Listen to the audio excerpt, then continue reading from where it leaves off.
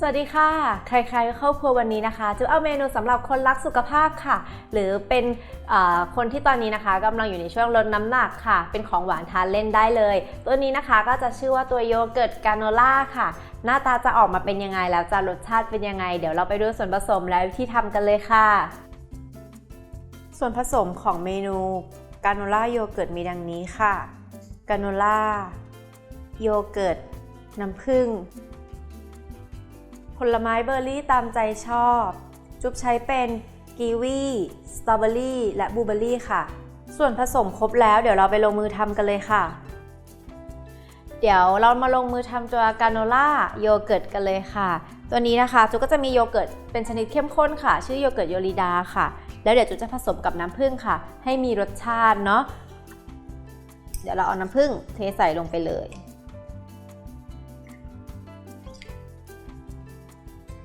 เพราะว่าเราจะเป็นโยเกิร์ตสูตรไม่อ้วนค่ะแล้วก็ใช้เป็นน้ำผึ้งแทนความหวานแล้วก็คนเคล้ากับโยเกิร์ตค่ะ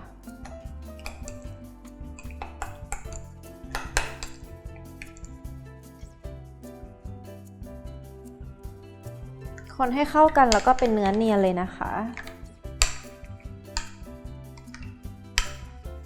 พอได้ประมาณนี้แล้วค่ะจุ๊บก็จะใส่ตัวโยเกิร์ตลงไปก่อน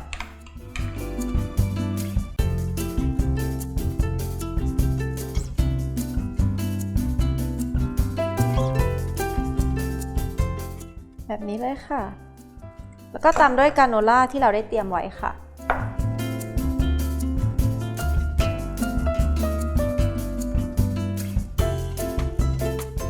แล้วก็ผลไม้ของเราค่ะ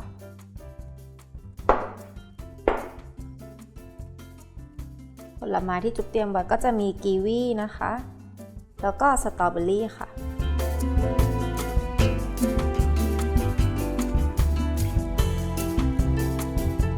แล้วก็โปะด้วยตัวโยเกิร์ตอีกชั้นหนึ่งค่ะเ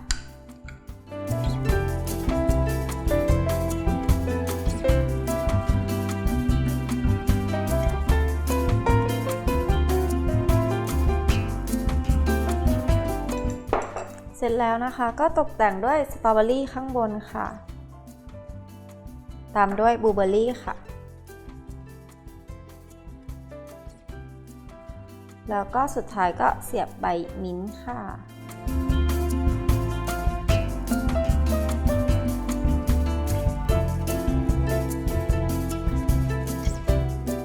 เดี๋ยวจุ๊บขอตัวไปตกแต่งส่วนที่เหลือนะคะแล้วเดี๋ยวเรามาดูกันค่ะสำหรับตัวกราโนล่าโยเกิร์ตนะคะจุ๊ก็ได้จัดจานค่ะตกแต่งพร้อมเสิร์ฟแบบนี้แล้วค่ะสำหรับวิธีทำนะคะและอัตราส่วนเข้าไปดูได้เลยค่ะที่เว็บไซต์ foodtravel.tv ค่ะสำหรับวันนี้จุ๊บขอตัวไปก่อนค่ะสวัสดีค่ะบ๊ายบาย